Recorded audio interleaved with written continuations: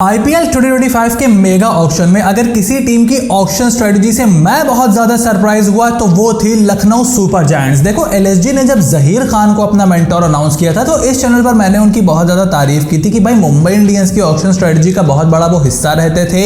IPL के auction dynamics को वो बहुत अच्छी तरीके से समझते हैं एंड लखनऊ सुपर जायंट्स ने बहुत ही बढ़िया मास्टर स्ट्रोक खेला है उनको अपना मेंटोर बना करके, और उन्होंने ही आपने देखा होगा ऑक्शन में किस तरीके से वो ही एलएसजी का ऑक्शन लीड कर रहे थे। बट जिस तरीके की टीम उन्होंने बनाई, जिस तरीके के डिसीजंस उन्होंने लिए, उससे मैं बहुत ज्यादा सरप्राइज हुआ हूं और इसी के बारे में डिटेल में बात करेंगे कि एलएसजी की क्या स्ट्रेंथ है, क्या वीकनेस है, प्लेइंग 11 क्या उनकी निकल करके आ रही है और 10 में से एलएसजी की इस 2025 आईपीएल की स्क्वाड को कितने नंबर मिलने चाहिए। लेकिन उससे पहले मेरे भाई चैनल को सब्सक्राइब कर दो और नोटिफिकेशन की घंटी बजाना बिल्कुल भी ना भूलना, क्योंकि अब तकरीबन 17,000 सब्सक्राइबर ही हम सिर्फ दूर हैं आईपीएल 2025 के पहले 100 के सब्सक्राइबर पूरे करने से। So without any further delay let's begin with the video. और देखो सबसे पहले तुम लोगों को लखनऊ सुपर जायंट्स की फुल स्क्वाड बता देता हूं जो उन्होंने बनाई है। बल्लेबाजों से शुरू करते हैं। यहां पर Aiden Markram, David Miller, 2 South African को उन्होंने खरीदा।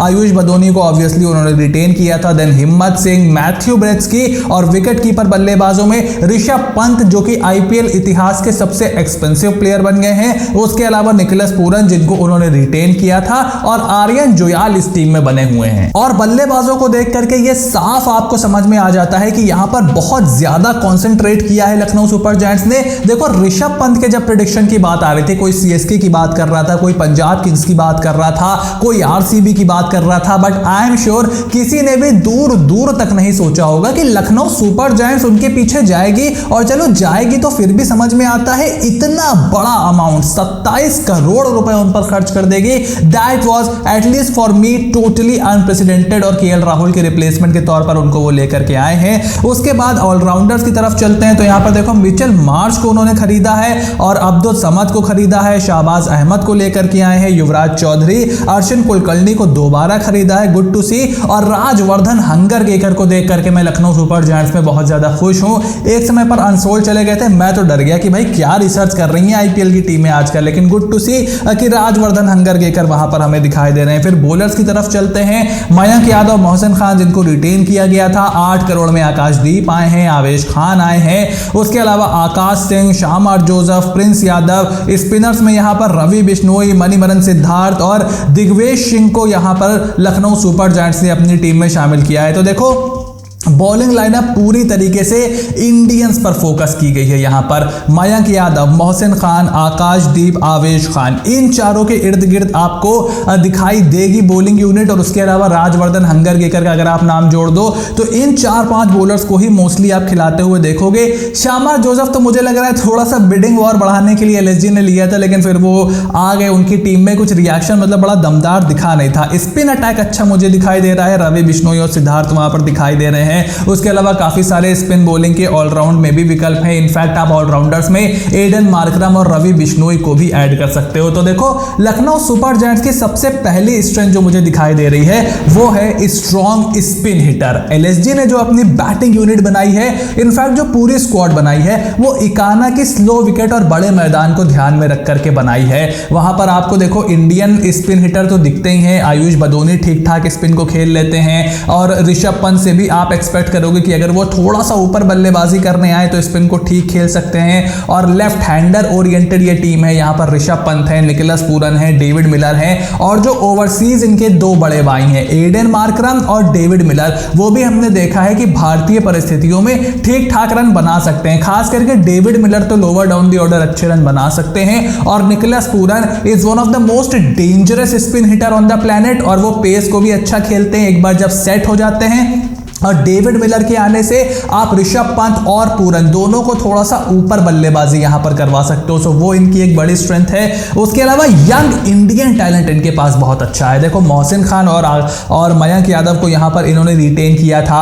आयुष बदोनी को इन्होंने रिटेन किया था। उसके अलावा अब आप उसमें रवि बिश्नोई को भी यंगस्टर जोड़ सकते हो। अब वहां पर ये अब्दुल समद को भी लेकर के आए हैं, राजवर्धन हंगरगेकर को भी लेकर के आए हैं, अर्शन कुलकर्णी को भी लेकर के आए हैं। तो थोड़ी सी फ्यूचर ओरिएंटेड सोच भी यहाँ पर दिखाई दे रही है लखनऊ सुपर जायंट्स की। और अगर ये सारे बंदे इन फॉर्म रहते हैं और फिट रहते हैं, फिट पर बहुत ध्यान देना पड़ेगा क्योंकि वही इस टीम की सबसे बड़ी वीकनेस भी है। Injury prone player Lucknow super giants के पास बहुत ज्यादा है मेरा भाई। देखो बॉलिंग तो आपकी पूरे 14 मैचेस लीग के खेल जाए, ये अपने आप में ही आईपीएल का सबसे बड़ा करिश्मा होगा। बिकॉज मयंक यादव आज जब से आईपीएल खेले इंजर्ड चल रहे हैं, मोहसिन खान जब से आईपीएल खेले इंजर्ड चल रहे हैं, उसके अलावा आवेश खान भी इंजर्ड होने की मतलब हो सकते हैं, वो ऐसा नहीं है कि हो नहीं सकते, पहले भी हो चुके हैं। और आवेश खान वो एक आपके लिए बड़ा इशू हो सकता है।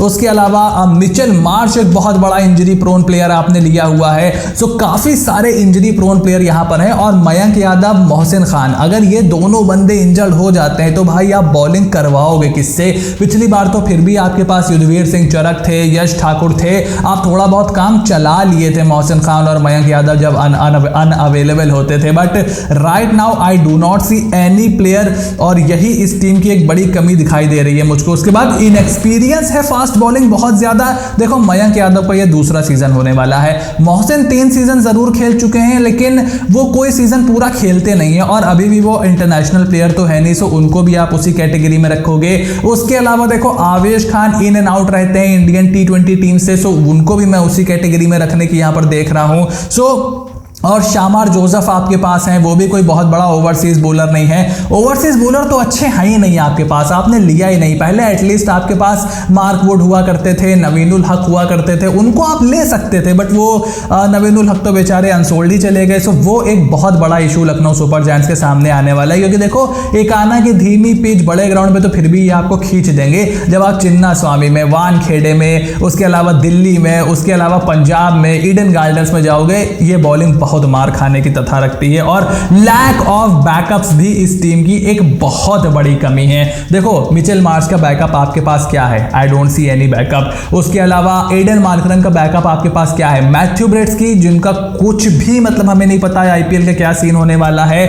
डेविड मिलर का backup lower down the order आपके लिए कौन है? कोई भी नहीं। फास्ट बॉलिंग में आपके पास बैकअप कौन है? मतलब राजवर्धन हंगरगेकर को छोड़ करके मुझे तो कोई दिखाई नहीं पड़ रहा है। अगर आपके 2 फास्ट बॉलर एक साथ इंजर्ड हो गए, जो कि होते हैं, हर साल होते हैं, ये कोई मनगढ़ंत कहानी नहीं है, तो वो भी मुझे ठीक से नहीं समझ में आ रहा है। फिर आपको पूरा अपना ओवरसीज वो भी चेंज करना पड़ेगा। मार्कस स्टोइनिस को आपने यहां पर मिचेल मार्श से रिप्लेस करने की कोशिश जरूर की है, बट बहुत गैप है दोनों की बॉलिंग में और दोनों की फिटनेस को देखते हुए। और कितना इकाना पे आप यूज कर पाओगे? मार्कस स्टोइनिस तो ट्राइड एंड टेस्टेड था, बट मिचेल मार्श को तो वहां पर बिल्कुल भी आप मतलब उन पर आप कॉन्फिडेंस नहीं आ रहा है उनको देख के, as simple as that. So I think Rishabh Pant के ऊपर, डेविड मिलर के ऊपर, निकोलस पूरन के ऊपर बहुत ज्यादा यहां पर दबाव होने वाला है लखनऊ सुपर जायंट्स की बल्लेबाजी का। और गेंदबाजी तो पूरी तरीके से किस्मत के ऊपर डिपेंड है। तो इनकी प्लेइंग 11 अगर जल्दी से देख लें तो देखो मेरे हिसाब से मिचेल मार्श और ऋषभ पंत को मैं ओपन करते हुए देख रहा हूं। Aiden Markram at 3, Nicholas Pooran at 4, Ayush Badoni at 5, then David Miller at 6, Abdul Samad at 7, Shahbaz Ahmed at 8, then Mohsin Khan, Mayank Yadav, Ravi Bishnoi, और उसके बाद इंपैक्ट प्लेयर के तौर पर आप आवेश खान का इस्तेमाल करोगे। अगर नहीं तो आप आकाशदीप का भी इस्तेमाल कर सकते हो, बट वो डेथ में कितनी बॉलिंग कर पाएंगे ये अपने आप में एक बड़ा सवाल है, क्योंकि अगर आप किसी एक को नए बॉल से 3 ओवर करवा दोगे तो टॉप 6 में आपका ऐसा कोई नहीं है जो खड़े होकर डेथ में बॉलिंग कर दे। सो आई थिंक ये आपके 4 फास्ट बॉलर हो जाएंगे, 3-4 फास्ट बॉलर्स। और उसके अलावा देखो ऋषभ पंत को मैं ओपन करते हुए देख रहा हूं, वो खुद ओपन करना चाहते हैं, ओपनिंग करने की बात कर चुके हैं। किसी भी टीम में अगर ऋषभ पंत एज बैट्समैन सबसे ज्यादा वैल्यू प्रोवाइड करते हैं तो वो है as an opener. I think it is high time, कोई स्टैब्लिश ओपनर आपके पास है नहीं, मिचेल मार्श के साथ आप ऋषभ पंत को ओपन करवाओ। लेफ्ट और राइट हैंड कॉम्बिनेशन होता है। एडन मार्करम को मिडिल ऑर्डर में खेलने का बहुत एक्सपीरियंस है, आई थिंक नंबर 3 उनके लिए परफेक्ट रहेगा। उसके बाद पूरन को आप 4 पर खिला सकते हो, बदोनी को 5 पर खिला करके आप थोड़ा सा कुशन प्रोवाइड कर सकते हो। And then Miller, Samad and Shahbaz can act as your finisher. उसके अलावा शहबाज अहमद वो कृणाल पांड्या वाला रोल करेंगे लेफ्ट आर्म स्पिन, और रवि बिश्नोई आपके लिए थोड़ी बहुत के पूरी लेग स्पिन का भार संभालेंगे, और थोड़ी बहुत एडन मार्करम, आयुष बदोनी से आप ऑफ स्पिन यहां पर एक्सपेक्ट कर सकते हो। और उसके बाद आपके जो फास्ट बॉलर्स हैं वो यहां पर प्ले में आ जाएंगे। सो लखनऊ सुपर जायंट्स को मैं यहाँ पर देखो 10 में से 5 नंबर दूंगा, बिकॉज जहां फर्स्ट 11 जो उनकी है need their first 11 to play full tournament without getting injured and without getting out of form, ये एक बहुत बड़ा इशू है। आप फर्स्ट 11 देखोगे आपको लगेगा टीम में ऐसी कोई प्रॉब्लम नहीं है यार, मतलब इंडियन प्लेयर हैं, बहुत ज्यादा टैलेंटेड है और बल्लेबाजी नहीं देख रहे हो नंबर 8 तक कितनी कर रही है। आई गेट इट, बैटिंग अच्छी है, सब कुछ अच्छा है, टीम अच्छी है, लेकिन हम अपने दिमाग में सिर्फ प्लेयरों के नाम देख रहे हैं, उनके काम देखो जो पिछले 2-3 साल से वो कर रहे हैं, और उसके साथ साथ इंजरी प्रोन बहुत ज्यादा है। बैकअप टीम के पास बिल्कुल भी नहीं है, एक आध प्लेयर की इंजरी पूरा का पूरा सीजन खराब कर सकती है, और रिप्लेसमेंट भी ऐसे कोई तुर्रम खां बाहर नहीं बैठे हुए हैं जिनको आप बुलाओगे, और क्योंकि अगर अच्छे होते तो फिर वो सोल्ड ही ना हो जाते इस साल के ऑक्शन में। So I think Lucknow super giants के पास अच्छा बजट था, जितनी अच्छी वो टीम बना सकते थे। आपने डेविड मिलर पर 7-7.5 करोड़ फेंके, मार्करम, मार्श, मतलब बल्लेबाजों को आपने एकदम उठा करके भर दिया